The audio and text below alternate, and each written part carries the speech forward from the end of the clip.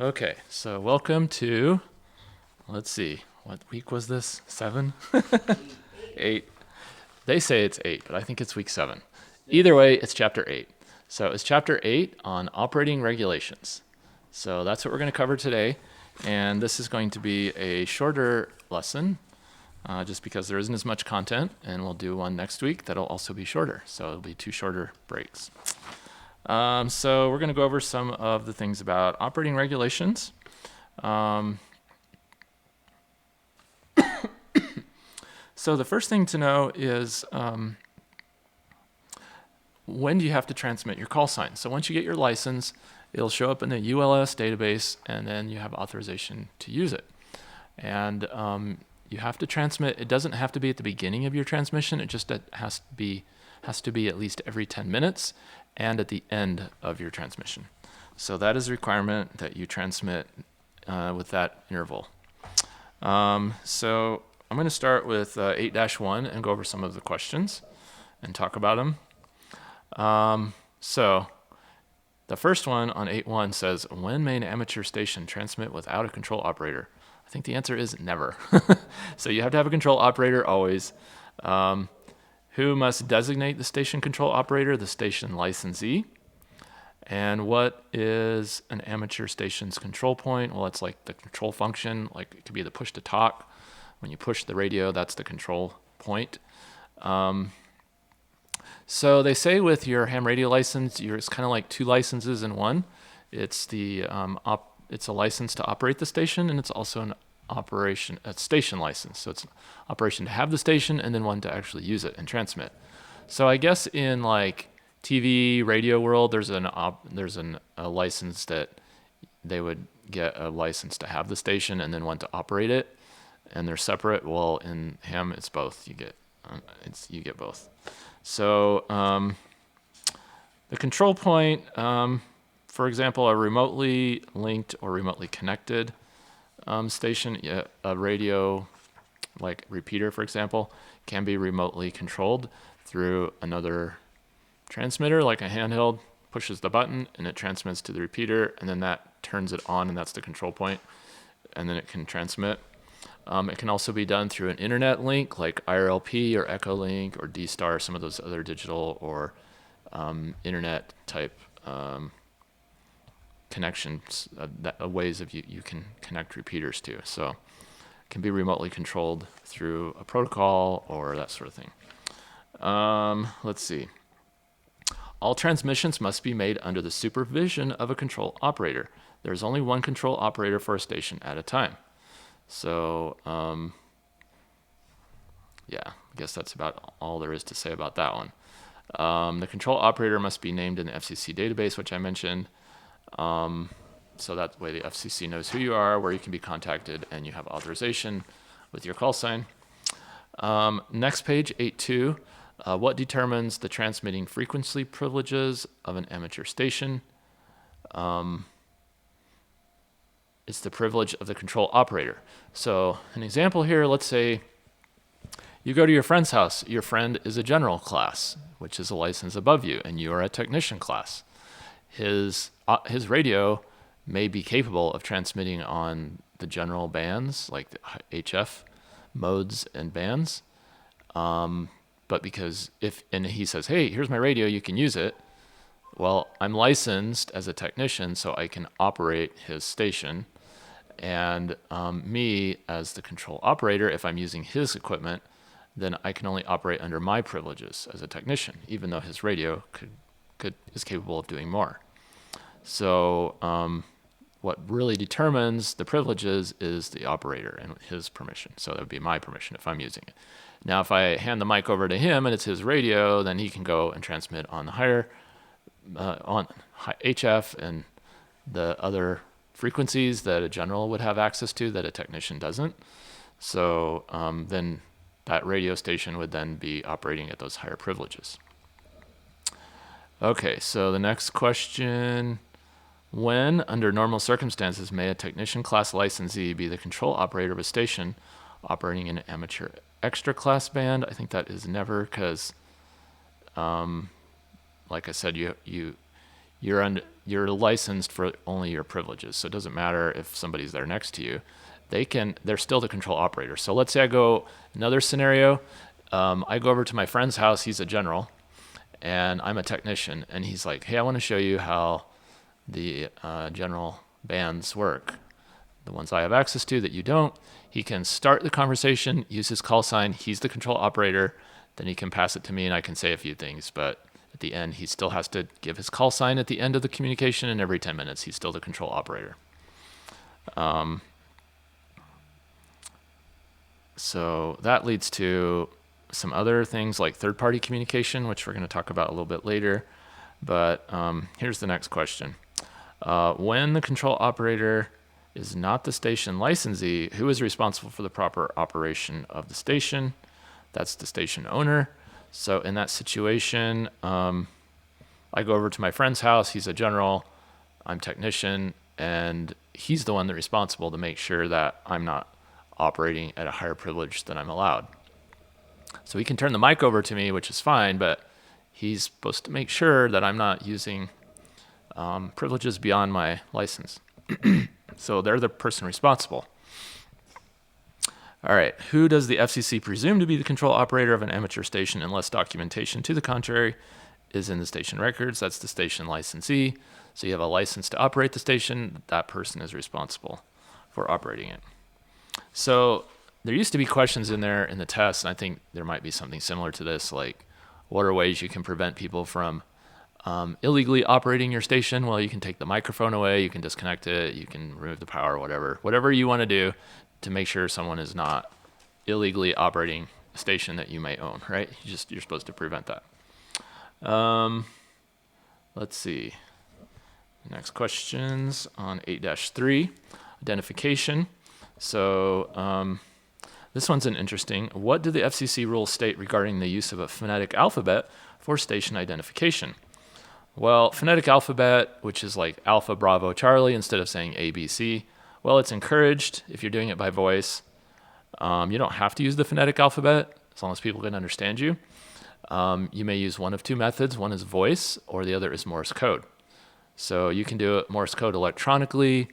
You can even transmit digitally. If you're on a digital mode, you can transmit your call sign digitally, like in D-Star or something. So that's acceptable if you're using a digital mode. But another thing that's interesting is, let's say you speak Spanish like I do. I'm fluent in Spanish.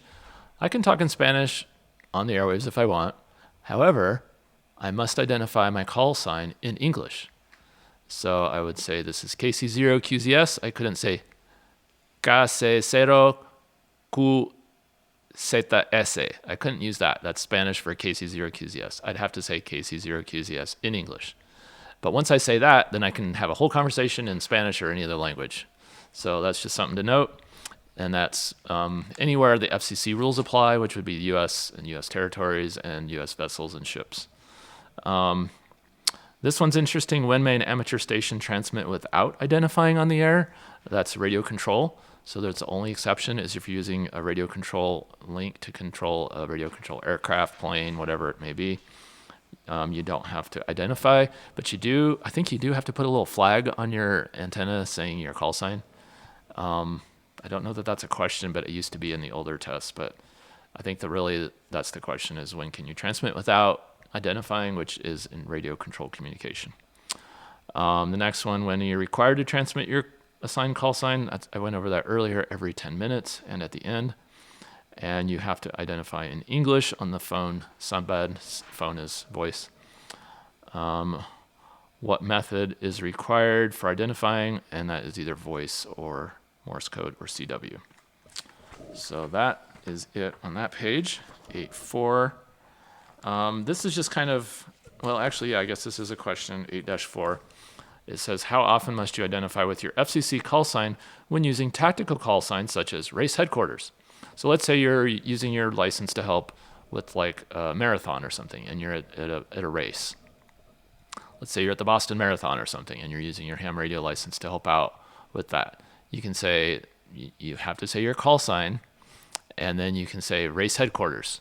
So like as long as you identified 10 minutes, your call sign, then minutes 2 1, 2, 3, all the way till 9, you can say race headquarters, race headquarters. And you can say that all day long, but you just have to make sure that you're, and that's called a tactical call sign, but you just have to make sure you're still using your call sign and at the end of your transmission. So those rules apply, but you can use tactical call signs for ease of identification. And that helps because you might have one person at the headquarters and then maybe he's got a 4-hour shift and another person comes on and they got another 4-hour shift. You could still use those tactical ones of race headquarters, but if people change, they have to use their own personal call sign when they're identifying at race headquarters. Let's see. So those are called slash. You can put slash or suffix. I could say this is KC0 QZS / W3. You can add any kind of slash suffix you want. It can be anything. It doesn't matter. That's how you would do it, is you would do a slash and then anything you want. Some repeaters often will use their call sign of the club and then do a /R for repeater. So you might hear that in Morse code if you know Morse code on a repeater identification. All right, so this is interesting on 8-5. It says, which of the following is required when making an on-the-air test transmission? So if I just decided I want to test out my radio and see if it's working, you're not supposed to do that without identifying your call sign. The same rules apply. So they're just trying to grill into you that, yeah, it's every 10 minutes and at the end. Okay. Let's see. Interference. So that's the next section. This is on page 8.5 and it's section 8.3. It's called interference. So they have a picture here of someone trying to send an image with a bunch of interference. So the image comes out kind of garbled. This is on a slow scan TV. I've never done ATV or amateur TV, but this is apparently what it will do. You can do images at I think it's 10 frames a second, or you can do equivalent of a JPEG, like a photo image, data digitally. You can send images or TV. Atmospheric static, and the Q codes that are known as QRN. I don't know that you need to know that, but that's what it has in here, just so you know. When is willful interference to another amateur station permitted? Never. You're not supposed to willfully interfere with someone else. Okay, you may have accidental, hey, I'm talking, and someone gets on there, and you have a pause, and you're thinking. Let's say you're thinking for a second, and you let go of your transmission, and then you're about to say something else, and someone else gets on there while you're thinking, and they hear nothing, and they're like, oh, I must be fine, and they start talking, and you push the button at the same time, and it's called stepping on each other, you're talking over each other. So that's interference, and that might be accidental. But as soon as you let go, you might let go before or after them, and they may hear you or you may hear them that they just finished talking. So you want to just be polite and courteous when you're listening and talking to people. If you hear someone else talking before or after you, then you might pause for a minute, let them finish their conversation, and then try to address them and talk to them and say, hey, looks like we're trying to use the same one. Are you going to wrap up the repeater in a few minutes? Or, hey, can I go to another repeater or another frequency if you're talking simplex? So it's just, on your best behavior, try to be kind and courteous of others. It's never permitted to try to block them or interfere with them, okay? Which of the following applies when two stations transmitting on the same frequency interfere with each other? Common courtesy should prevail. Sadly, that's more lacking in today's society than it used to be, but no one has an absolute right to any frequency, so just remember that. Be flexible. That's one of the greatest strengths of ham radios, is you will find a lot of courteous people on the airwaves in the amateur bands. So that's called willful interference if you're intentionally doing it, and that's never allowed. So also they have a section in here on 8-6. It says, don't be too sensitive. Just because someone's causing interference doesn't mean it's intentional. They may have a bad connection on their antenna. They may, not have things hooked up right or programmed right. You just don't know. Try to give people the benefit of the doubt and be kind. They have a whole section here about noise blankers. I haven't used them, but apparently, noise blankers can cause problems to the point of nearly shutting down a receiver or causing what sounds like severe splatter over many kilohertz. Unless you have a really strong local line or ignition noise, turn off your noise blanker. If the band is full of strong signals, noise blankers are useless or worse. So those are like filters, apparently. So another thing, if you're hooking up a mobile radio in your car or vehicle, you might hear static from the engine or the alternator. So there's ways you can filter that out, and depending on how you wire it up, there's ways to try to avoid that. So you may hear when people are talking, you may hear some static in the background or something. I'm not really expert on all those ways of eliminating interference. I'll tell you, I just heard a net the other day, and one guy was talking, and he was like, yeah, I was trying to get my HF doing long distance, and he was on like 10 meter talking to like South America. And then he's like, yeah, I had this other problem, and it was getting a lot of static, and he didn't know what it was. So another ham who was more experienced than him came over. They started isolating the problem, and he said it was a barrel connector. So some kind of connector he had was loose, or just a bad way to do it. So I've heard that the best way to eliminate interference is try to reduce the number of connectors and adapters you hook in the line. So any one of those points is a point of failure or static. Okay, third-party communications. This is 8-7. We're going to go over this a little bit. Which of the following restrictions apply when a non-licensed person is allowed to speak to a foreign station using a station under the control of a licensed amateur operator? So this is called a third-party agreement. What is the definition of third-party communications? It's like a message from one amateur radio operator to another, from one ham to another, that's then going to be relayed to another person who's not licensed. So let's say I'm at a school in, let's say Mexico City, and there's somebody teaching there, and I happen to have a friend that I know in Mexico City at the school, but I'm here in the U.S. So I'm a licensed operator. I can say, hey, tell my friend Bob hi, or whatever. Juan, we'll say Juan. Say Juan, hola, ¿cómo está? How are you doing? Nice to see you. And another guy who's at the school, who's a licensed operator, he can say, hey, your friend Adam says hi, and that's third-party communications because he heard me say it and then he relayed it to another person. That could be written, it can be verbal. It doesn't matter if they're at the station at the exact moment that you're talking. It could be live. It's still considered third-party communications if you're trying to talk to them. So in order to do that, the country has to have a third-party agreement in place with the U.S. And there's a partial list. I'll say partial because it may not be up to date, but on 8-8, there's a whole list of countries that we have third-party agreements with that our country does. And you'll notice there's some that are absent that we don't have third-party agreements with, such as India. Some of those other countries that are our adversaries, like North Korea and now Russia, that one's not on the list either. So if you don't see one on the list, don't try to communicate with those areas. But if we have one, then there's third-party agreements that allow you to communicate through these through ham radio. So let's see. Oh, by the way, well, here, I'll just read this part because it's kind of informative on 8-7. It says, because third-party communications bypass the usual commercial systems, the FCC and other governments do not want the amateur service to become a non-commercial messaging system. So we have some rules governing third-party communications. So, whatever country it is, there's Canada, for example, on here. We have an agreement. You can talk to people in Canada. But they don't want it to become a regular form of non-commercial messages or regular kind of thing. So they have some rules. Let's see. The amateur at either end is not considered the third party. So in my example, me talking to my friend in Mexico who is a licensed operator for my other person who's not. The two hams, that's not considered third party. That's direct between us. But if I'm telling that person in Mexico, hey, say hi to my friend who's not licensed, that's third party. So any type of communication, written, spoken, data, or even images can be third-party communications. Even if I'm like, hey, I want to send this picture digitally over ham and let him see it, if it's intended for someone else, that's still third party. Okay, so just remember that. Even an organization such as a church or a school can be a third party.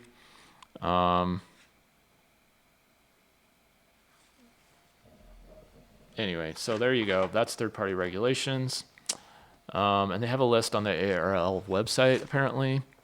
There's probably some on the FCC website, too. I don't know, but they refer you to the ARRL website.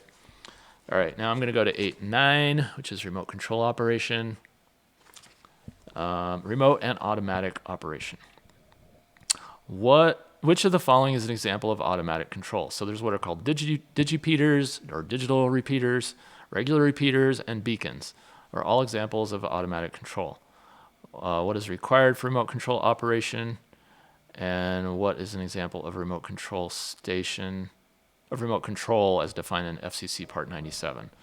So let's go over some of these. Local control is the operator is present, so I'm talking on the transmitter. That's usually what happens for mobile or in your car or whatever. Remote control is a control point away from the transmitter. So like a repeater, I'm in my truck or in my home or standing in a field or anywhere. If I'm on my mobile and I'm trying to talk to a repeater, that's remote control because I'm remote from the repeater. I'm not at the repeater on the mountain or wherever it's at. So that's called remote control. It can also be activated through an internet link like IRLP, Echolink, D-Star, that sort of thing. Any station can be remotely controlled. And there's automatic operations such as beacons and space stations are allowed to be automatically controlled. Digipeaters that relay messages such as the APRS network are also automatically controlled. So the APRS network, just to review, that's the positioning system where it transmits your GPS location and call sign and some other things, and that's for search and rescue. I've never used it, but apparently that's a feature. So the next thing is, who is accountable if the repeater inadvertently retransmits communication that violates the rules? Well, it's the repeater users, I believe. Those rules apply at all times. It doesn't matter if you're remotely controlling it through your radio and talking to the repeater, you're still responsible for the emission of the repeater if you're violating rules or FCC laws. So just remember that. 8-10, prohibited transmissions. What, if any, are any restrictions concerning transmission of language that may be considered indecent or obscene? Well, here's some of the prohibitions. They have like 4 of them listed. Obscene or indecent language, that's obviously prohibited. Avoid controversial topics and expletives, okay? So anyway, also it says, any communication that could reasonably be performed through some other radio service are prohibited. For example, regularly directing boat traffic on a lake should be done on marine VHF channels, not ham radio. Communications in return for some kind of compensation are also prohibited, with the exception of schools teaching a school teacher. So they want it to be free of commercial, intrusion or commercial use. So the 4 types here, first one is the obscene language. The second one is unidentified transmissions. So don't transmit for any period of time without identifying who you are, without more than 10 minutes. Unidentified is prohibited. False or deceptive signals intended to deceive the listener, such as using someone else's call sign, that's prohibited.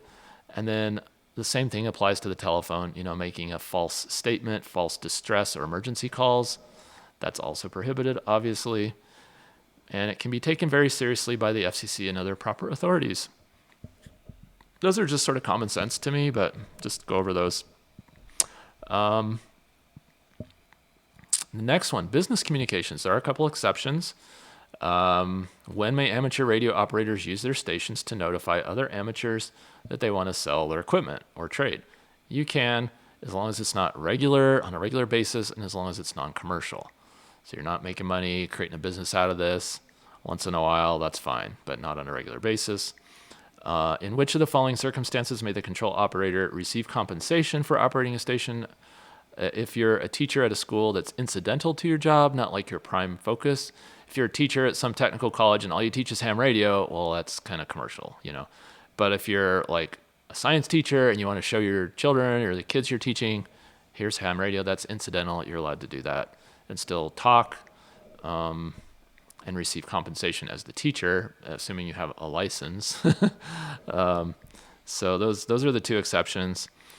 So also the auto patch. I'm going to mention auto patches because you may find that you may need to use this either in an emergency or for convenience. You can use them. So an auto patch is where you dial into a repeater, and most of the time clubs will require a membership fee, maybe $25 a year, some nominal fee. And if you join their club, you'll get access to the auto patch code.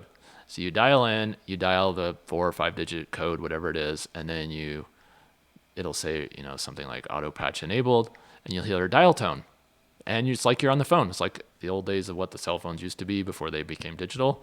And you push the number, you dial the phone number you want to talk to. So I could call my wife, who doesn't have a license, if I'm on my way home and I'm stuck in traffic, and I could say, hey, honey, just letting you know I'm stuck in traffic. I don't have good cell service here, so I'm using the auto patch. And maybe I'm up in the mountains where there isn't a cell tower, but there is a repeater tower that I can see. I could call there, use the auto patch, dial in back down to where she's at, and call home. So there's some examples here of acceptable use of the auto patch and unacceptable uses. It's okay to use the repeater's auto patch to make or change a doctor's appointment. So if you're just doing your own personal business, it's okay to advertise your radio on a shop and swap net, which we went over. Describing your business, like, hey, what do you do for work? I do this. I'm a carpenter. I'm a plumber, whatever. That's fine. But if you want to say, hey, you want to hire me? That's a different question. Talk to me later. And if you want to know more, let's talk on the phone or something, right? Or send me an email or text or whatever. Not okay to use the repeater's auto patch to call a business client and change an appointment. So if, let's say you're the carpenter and you're saying, hey, I'm running late. I want to, for your client, you don't want to do that because you're making money off of that because it's your profession.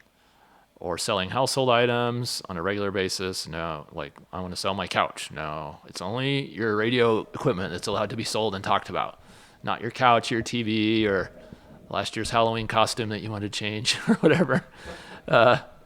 Or regularly doing it for profit, your radio equipment for profit. Or advertising your professional services. Hey, I've got this lawn care business. Anybody want to, sign up for my lawn care business, or I'll come cut your lawn or whatever. That's not okay either. Anything commercial related. All right. Next section, 8.11, encrypted transmissions. Okay, this one's kind of fun. It says, when is it permissible to transmit messages encoded to obscure their meaning? Never. You're not supposed to encrypt it. It's supposed to be open and free. However, they kind of give you a little caveat here. The difference between encoding and encryption are sometimes not always clear-cut. If a transmission is encoded according to obscure and little-used protocol, for most hams it might as well be encrypted. But as long as it's public and available for the public to see and know the standard, it's okay. You can transmit in that. So if anybody wants to receive it, they can. They just have to know, like, what's the method I'm using, what's the public standard. So that's kind of the little caveat there on that. So, for example, you can do digital communication, and you can use a compression algorithm that's well-known, like PKZip or something. I don't think they would do that, but let's just say there's algorithms out there that would do compression. You can do that. 8.11. So the last part is broadcasting and retransmission. So this is kind of interesting. Under which of the following circumstances are one-way transmissions by an amateur station prohibited? I'm not sure if I got that right. Broadcast. Oh, so hams are not permitted to make the broadcast type of transmission except for transmitting code practice, information bulletins for other amateurs, or emergency communications. So, for example, ARL has this, I don't know if it's ARL, but there's a station called W5IY or something, and they will broadcast, I think it's once a week at a certain time. They do like Morse code transmissions to practice for Morse code. So that's a broadcast, and it's allowed for Morse code practice. Another one is regular bulletins. ARL has a weekly radio bulletin they put out, and a lot of ham clubs will subscribe to them or tune into them and then rebroadcast them on a local repeater for usually 20, 30 minutes. They're allowed to do that. Other than that, broadcasting is not allowed. Broadcasting would be taking you're in your car and you're like, oh, there's this really cool country song I like to share with my friend who's also listening on the repeater. And you put it up to the microphone and start playing the music. Music is never allowed, first of all, but then it's a broadcast. Any kind of one-way communication is not allowed, generally, except for those exceptions that I went over. The International Space Station is allowed to transmit music incidental if they're talking, and they might have radio playing or music in the background at the space station. They have a special exception to that rule of music. So that's the question. Under what conditions is the station authorized to transmit music? Well, it's the International Space Station. So unless you're there, don't worry, you're not really allowed to. So turn off your radio or whatever if you're in the car trying to talk on the ham radio. Don't try to do both at the same time. What types of amateur stations can automatically retransmit the signals of other stations. It's a digital data repeater. They're allowed to do that. All right.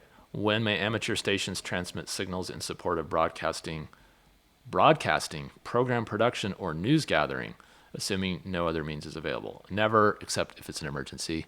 Like if you're not really, okay, so let's say there's a hurricane. You have a ham radio. Someone's in trouble, help, send some help. Great. If a news station happens to hear you and they pick it up, that's one thing. But if you're saying, hey, I'm part of the news station can't send you out with your ham radio to do reporting on the event. So how does the FCC define broadcasting for amateur service? It's in kind of one-way communication for the general public, like for a TV or radio station, that sort of thing. And that's it. So that's it for today's lesson. That's 30 minutes. So thank you for joining, and we'll see you next time.